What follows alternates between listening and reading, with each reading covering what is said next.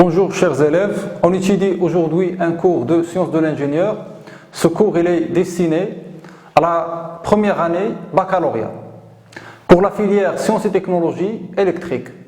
Ce cours il appartient à la chaîne d'énergie, exactement à la fonction transmettre. On aborde aujourd'hui l'exécution graphique de cotation.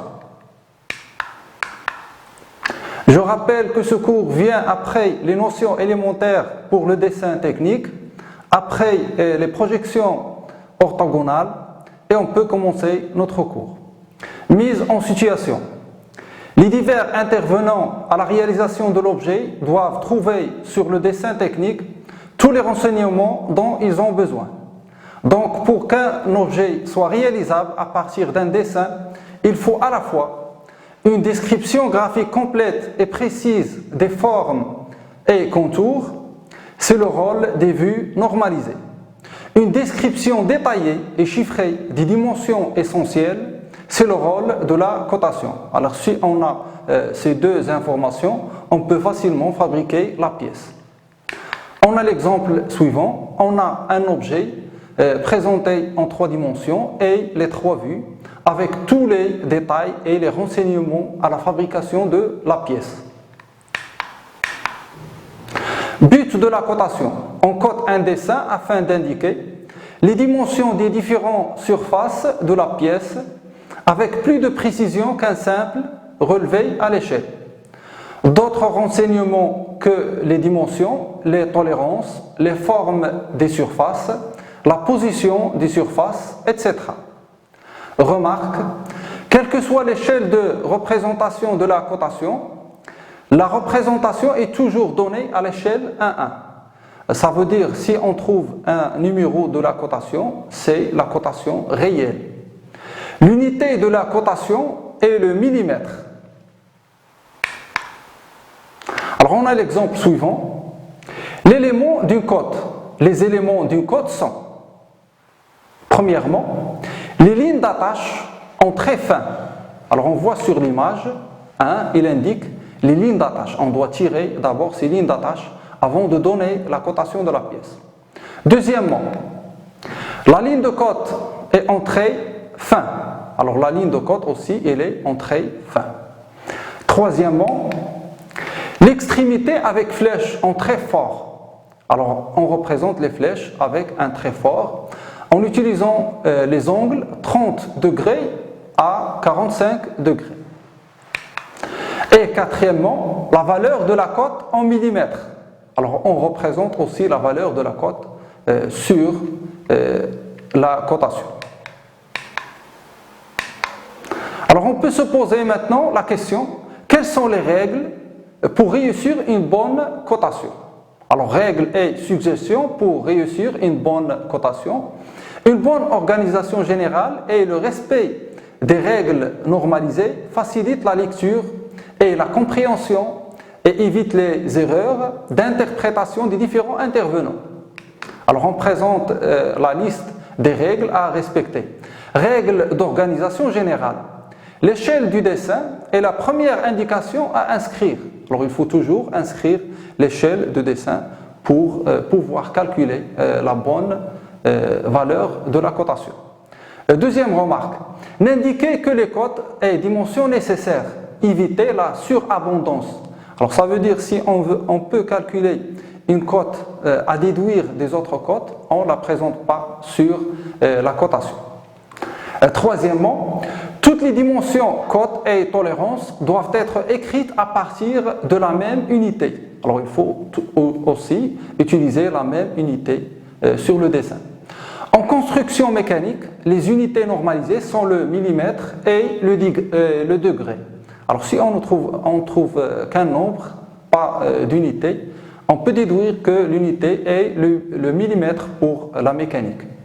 Dernière remarque, une même cote ne doit apparaître qu'une seule fois dans tout le dessin. Évitez de repérer la même cote dans des vues différentes. Alors il ne faut pas répéter la même cotation sur les différentes vues. Alors maintenant, on peut poser la question, comment représenter la cotation? Disposition des cotes. Alors premièrement, Pour une cote verticale, placez les chiffres à gauche, du bas en haut, de la ligne de cote. Alors, on voit ici le nombre 25 qui est placé à gauche au milieu. Ensuite, pour une cote horizontale, placez les chiffres au-dessus de la ligne de cote. Alors, le nombre 40, elle est sur la ligne de cote, elle est aussi au milieu. Règles de tracé. Alors, il faut respecter ces règles pour ne pas commettre des erreurs. Alors, première règle, les lignes de rappel ne doivent pas couper les lignes de cote, mais peuvent se couper entre elles. Alors, on voit le dessin ci-contre et on va repérer l'erreur à ne pas faire. Alors, ici, on a une intersection entre la ligne de cote et là où on veut inscrire notre cote. Alors, on va corriger. Il faut sortir la plus longue en dehors pour ne pas avoir cette intersection. Deuxième remarque, placez de préférence les cotes en dehors des vues. Alors on va repérer l'erreur sur le dessin. On a ici la cotation, il est fait dans la pièce, il faut la faire sortir. Alors on va corriger. Alors ça, c'est le corriger de notre cotation. Troisième remarque, faire démarrer les lignes de rappel à partir des traits continus, forts, ou des traits d'axe. Évitez de coter à partir des contours cachés. Alors on voit l'exemple, il y a des lignes cachées. Alors il y a une erreur, il ne faut pas faire la cotation sur les lignes cachées. Alors on présente le corrigé. On a la pièce elle est coupée, alors on peut maintenant présenter la cotation. Troisième exemple, si l'espace entre deux lignes de rappel est insuffisant, prolongez la ligne de cote, inversez les flèches et placez le texte sur le côté. Alors on voit ici sur la pièce, on a une petite pièce, on peut faire sortir les flèches et inscrire la cotation en dehors de la pièce. Alors ensuite, si plusieurs cotes se succèdent en série, les mettre en continu sur une même direction, faire une cotation continue.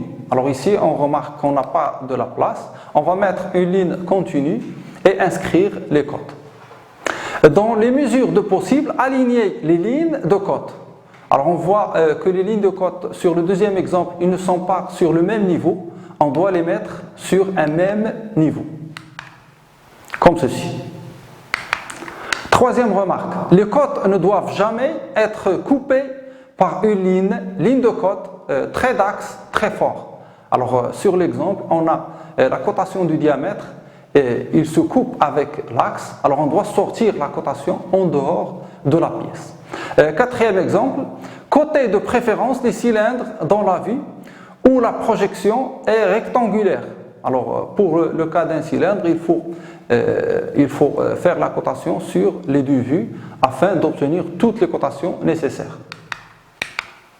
Exemple de cotation, cotation d'un élément fileté. Alors comment faire la cotation d'un élément fileté, une vis par exemple et un taraudage. Alors on remarque, on a indiqué le diamètre du filetage, c'est M15, ça veut dire on a 15 mm, aussi 15 pour le taraudage. Alors pour le chanfrein, on a 2 fois 45 degrés, ça veut dire 2 mm et l'angle c'est 45 degrés. Et puis on a donné la longueur du filetage, c'est 21. Alors ensuite, comment faire la cotation des chanfreins? Alors on remarque par exemple, on a 2 fois 45, alors 2 c'est la longueur du chanfrein et l'angle c'est 45 degrés. Alors en haut et en bas. Sur le même dessin aussi, on a la longueur du chanfrein c'est 3 mm et l'angle c'est 30 degrés. Alors sur le deuxième exemple, on a 3 fois 45, ça veut dire la longueur elle est de 3 et 45 c'est l'angle, alors en haut et en bas. Alors ensuite, on a un autre exemple, en cas de trous multiples, il faut utiliser les dispositions normalisées représentées ci-dessous. Premier cas, alors on a 5 trous, il n'est pas nécessaire de répéter la cotation pour chaque trou. Alors on fait 5 fois le diamètre 15, ça veut dire on a tous les trous ont un diamètre de 15. Puis on fait 4 fois 18, ça veut dire la distance entre les centres de ces cercles, c'est de 8 et répété 4 fois.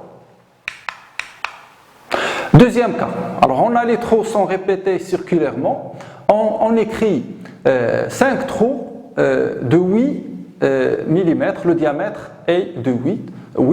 Ensuite, 4 fois 30 degrés, ça veut dire c'est l'angle entre deux trous.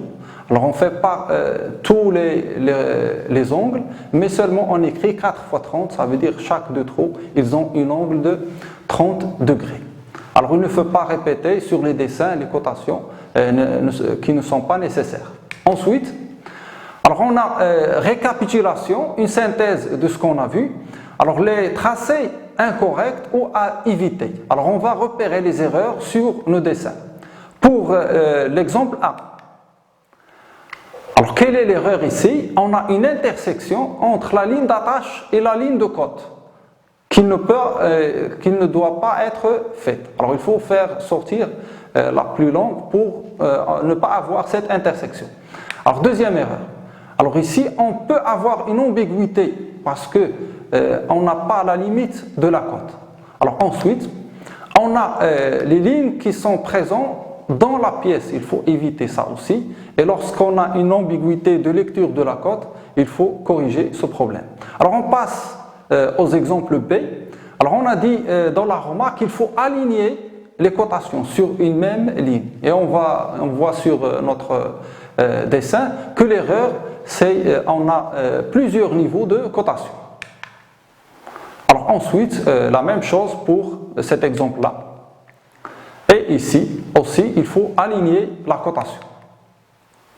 Ensuite, on a dit qu'il ne faut pas faire la cotation sur des lignes interrompues ou bien cachées. Il faut les représenter, par exemple, sur une coupe. Alors ensuite, on a ici la cotation dans la pièce. Alors aussi, il faut éviter ceci. Alors la même remarque. Alors ensuite, on a l'exemple suivant, on a les cotations dans la pièce, ce qui peut engendrer des ambiguïtés. Alors on va les sortir de la pièce. Alors la même remarque. Ici on a la valeur de la cotation, elle est inscrite non pas sur sa bonne place. Alors à droite ou bien à gauche, il faut l'inscrire au milieu sur la ligne de cote. Alors la même remarque ici, 25, il est inscrit en dessous de la ligne de cote. Et ici, il est à droite. Alors on a dit qu'il faut la représenter à gauche. Alors même remarque, alors ce sont des erreurs. Ici, on a la ligne de cote qui n'est pas horizontale. Il faut corriger ce problème. Et la cotation, elle est faite dans la pièce. Il faut éviter ça le plus possible. Alors ici, on n'a pas indiqué le centre du cercle ou bien de l'arc. Alors la correction, c'est la figure à gauche. Alors même remarque pour l'exemple 2. Ici, le deuxième, on n'a pas bien exploité l'espace donné dans le dessin. Alors il faut exploiter tout l'espace sur le dessin. Alors ensuite, on a un exercice résolu. Coter la pièce prismatique ci-dessous en respectant les règles de la cotation. Remarque, 8 cotes sont nécessaires. Alors, le corriger les données, la cotation est représentée en bleu. Alors ça, c'est un récapitulatif de ce qu'on a vu dans notre cours. Alors ça sera tout pour cette séance. Merci pour votre attention.